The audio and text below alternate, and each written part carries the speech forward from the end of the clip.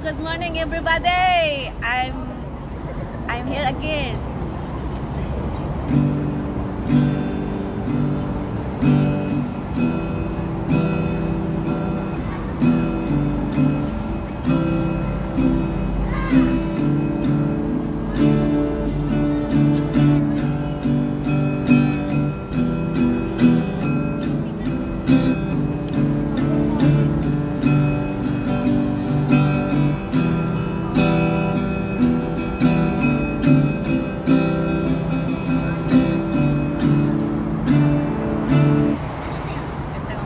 Sa ating lahat at ako po'y magbabahagi tungkol sa Bible verse. Aking topic for today ay ang pananampalataya. At bago ang lahat, Lord, thank you Lord for this day, thank you Lord for the life, at thank you Lord for my employers at sa aking mga magulang sa kapatid, kapatid sa Pilipinas, at sa aking mga friends sa lahat ng sulok ng Hong Kong at sa Pilipinas. At sa mga manonood po, God bless everyone. Have a nice day. So, alam niyo po guys, ang pananampalataya. Babasahin ko po siya para po may paliwanag ko po. So, basahin ko po siya sa Hebrew chapter 11 verse 6. Sabi po dito, at kung walang pananampalataya ay hindi maaring kalugdan ng Diyos. Sapagkat ang sinumang lumalapit sa Kanya ay dapat sumampalatayang may Diyos at siya ay tagapagbigay gantimpala sa mga masigasig na humahanap sa Kanya. Yan, totoo po yun. Pag hinanap natin po si Lord, kaya wala po tayo sa simbahan na talagang building, basta ang ating pagsusumikapan is yung loob po natin is for God's glory. Yun po yung tinatawag na hinahanap po natin siya. Basahin ko po. Kaya sinabi sa Hebrew chapter 11 verse 1, sabi po dito, ang pananampalataya ngayon ay ang katiyakan sa mga bagay na inaasahan, ang paninindigan sa mga bagay na hindi nakikita. Yan, yun yung pananampalataya, kung parang wish.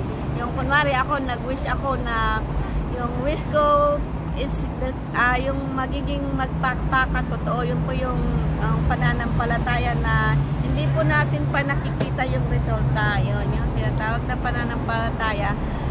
Nanampalataya, ibig sabihin yun, nakita na natin yung ating pinananampalataya. Ito. Ang pananampalataya ay katiyakan ng mga bagay na inaasahan sa panindigan sa mga bagay na hindi nakikita. Yan. Isa sa mga pinagpipitagang guro ng mga Biblia ay si D.L. Moody. Ang minsang nagsabi, bago ko buksan ang aking Biblia, ako'y nananalangin sa Diyos na bigyan niya ako ng pananampalataya. Pagkalipas ng ilang sandali, bubuksan ko ang aking Biblia at sinumang pag-aaralan ito.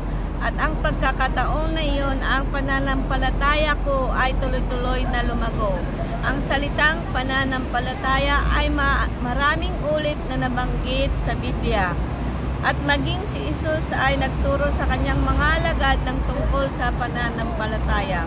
Sa paksang ito, ang tatalakayin natin ay kalikasan at ang mga kinakailangang katangian ng pananampalataya. Ito po, una, ang kalikasan ng pananampalataya. Ang pananampalataya ay nagpapatunay sa katotohanan na sa salita ng Diyos. Ito po ay mababasa sa, yun nga po sinabi ko, Hebrew chapter 11 verse 1, ang pagkakataon ng pananampalataya ay paniwala sa salita ng Diyos bago pa ito maganap. Pangalawa, ang pananampalataya ay ang pagiging tiyak na ang iyong hinihingi ng may tamang motibo at ipagkaloob sa iyo. Ito po ay mababasa sa Mark 11 verse 24 at Matthew chapter 21 verse 22. So, i-take nyo lang po yung mga verse para kayo na lang po maghanap, para po mas mainam po yung kayo po yung din magbasa. Kasi parang pagkain yan eh. Pag binabasa nyo siya, kayo mismo nagbabasa, maiintindihan nyo pong maigi. Yun. Ang pananampalataya ay ang paniniwala sa salita ng Diyos.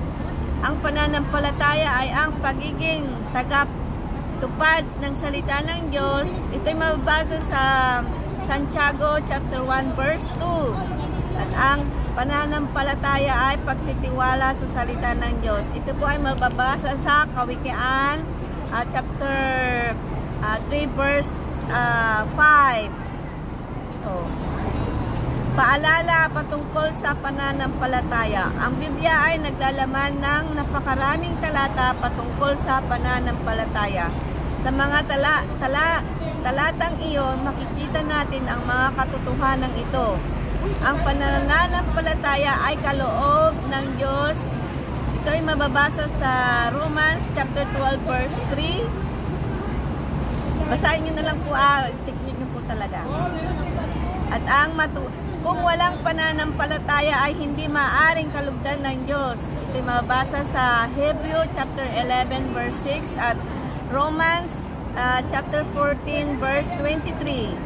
Ang matuwid ay mabubuhay sa pananampalataya. Mababasa po ito sa Romans chapter 1 verse 17. Tayo ay napawalang sala sa pamagitan ng pananampalataya. O yun, di po ba? Ang ating napawalang sala ay yung ating pagiging pananampalataya. Kumbaga po yung pagsunod natin sa araw-araw. Yung pananampalataya po guys is yung hindi lang Lord, nananampalataya ako ngayon. Kumbaga po continue po yun sa ating pamumuhay. Yan. Ang matuwid na ay mabubuhay sa pananampalataya. Ito'y mababasa sa Romans chapter 1 verse 17. Tayo ay napawalang sala sa pamamagitan ng pananampalataya, hindi sa gawa. Ito'y mababasa sa Romans chapter 5 verse 1 at Galatians chapter 2 verse 6. So, kita nyo po, kahit ano pong sipag po natin, kahit ano pong bait po natin, kung wala po tayong pananampalataya ay hindi po iyon kalulugdan ng Panginoon. So, kailangan po ang pananampalataya ay dapat magkasama yan. Pananampalataya at saka gawa. Para po yung talagang tayo ay may salvation po na tinatawag. Yan. Tayo ay pinaging banal sa pamamagitan ng pananampalataya. Ito po ay mabasa sa Gawa chapter 26 verse 17. Daw basahin ko po siya sa Gawa chapter 26 verse 18. Sabi po dito, upang buksan ang kanilang mga mata, sila'y magbalik mula sa kadiliman tungo sa liwanag, at mula sa kapangyarihan ni Satanas tungo sa Diyos, upang makatanggap sila ng kapatawaran ng mga kasalanan at ng isang pook sa piling ng mga ginawang banal sa pamamagitan ng pananampalataya sa akin. O, di po ba guys, napakaliwanag na ang paggawa ng mabuti ay para sa Panginoong Hesus. Ang paggawa ng mabuti ay siyempre kay Taneng, di po ba? Ganun lang po kasimple yun ang pagpapaliwanag po sa Bible. Hindi po kailangan na marami pong explanation. Basta alam po natin yung tama at mali. Yun po yung ating laging tatandaan na tayo'y mabubuhay po dito sa sanlibutan for God's glory. Hindi po kailangan nating lagi-lagi magbasa din po ng verse, but sabi ko nga po, the more na nagbabasa po tayo ng Bible, yun po tayo nahasa. Kumbaga, habit yan eh. Kumbaga sa pagkain yan, yung pagka ang kinakain po natin masarap, di po ba? Masaya po tayo. Ganon din po sa pananampalataya. Kung maano po tayo sa pananampalataya, kahit hindi po tayo pumupunta sa simbahan, as long as po yung desire po natin is for God's glory. Alam niyo po, daig niyo pa po yung nagsimba. Hindi po lahat po kasi ang nagsisimba, at hindi rin po lahat na nasa labas na hindi nagsisimba is makasalanan. Meron din pong hindi na pumapasok sa simbahan. Katulad ko, minsan hindi po ako pumapasok sa simbahan. Bakit? Kasi sa simbahan po, mas marami pa nga pong marites. Yan, sa umpisa pa lang, pagdating pa lang sa simbahan, yung amo ko ganito, ang tawag po doon, marites. So, ibig sabihin po, lalo po tayong mga OFW, kahit ganun po ang trato sa atin ng ating mga employers, alam niyo po, i-respect pa rin po natin sila. Kasi kung wala po sila, wala po tayong work. Yun po yung kahalagaan po ng may pananampalataya po sa Panginoon. Lagi pong may pag-asa, hindi po palaasa. Ayan. Tayo ay naging mga anak ng Diyos dahil sa pananampalataya. Ito po ay mababasa sa Galatians chapter 3 verse 26. Basahin nyo na lang po kasi devotion lang po ako Tayo ay lumalago sa pananampalataya dahil sa pakikinig ng salita ng Diyos. Ito po ay mababasa sa Romans chapter 10 verse 17 at 2 Timothy chapter 3 verse 15.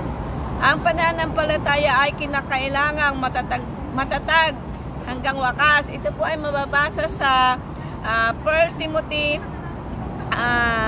chapter 6 verse 12. Basahin ko po, sabi po dito, makipaglaban ka sa mabuting pakikipaglaban ng pananampalataya. Panghawakan mo ang buhay na walang hanggan na dito'y tinawag ka at ipahayag mo ang mabuting pagpapahayag sa harap ng maraming mga saksi. Di po ba, ganito po kabuti ang Panginoon. Di po ba, gagaya po ng aking ginagawa. Alam niyo po dati, pag nakakakita po ako din ng Bible na lalapit sa akin, dati sabi ko, ay, tika lang. But nung ako'y natuto or talagang tinawag ni Lord, alam niyo po, hindi na po ako nahiya. Kahit pinagtatawanan po ako ng marami, hindi po ako nahiya kasi nabasa ko sa Bible kasi na pag ikakahiya mo ako sa maraming tao, ikakahiya din kita. Sabi po yan, nasa Bible po yan. Kaya, I encourage everyone guys, kahit hindi po tayo magsimba, just read our Bible po. Kasi po, ito po yung tools sa ating pag-asa sa buhay. Alam niyo po, kaya po tayo minsan stress kasi kulang po tayo ng, kumbaga sa tubig, kumbaga ang buhay po natin kasi is parang puno yan. Di po ba, pag ang puno o isang halaman, hindi mo siya diniligan, may pag-asa yan na mamamatay o mabubuhay kasi pagka ang mga halaman naman is umuulan. But sa buhay po nating spiritual as human, kailangan po natin ng spirituality para po maiwasan po natin yung mga stress, yung mga agam-agam sa buhay. Alam niyo po, pagka kasama po natin ang salita ng Panginoon, kasi sabi nga po sa 1 John, sa simula ay ako na, ang salita ay ako na. Yung sa simula, yun po. Kaya po tayo nagkaroon ng Bible. Alam niyo po, ito po yung pinakamaganda pong dapat po nating aralin, lalo na po sa mga schools dapat. Ito po dapat ang inuuna natin para pag lumalaki na po yung mga bata, kayang-kaya na po nilang i-balance yung buhay po. Ganun po.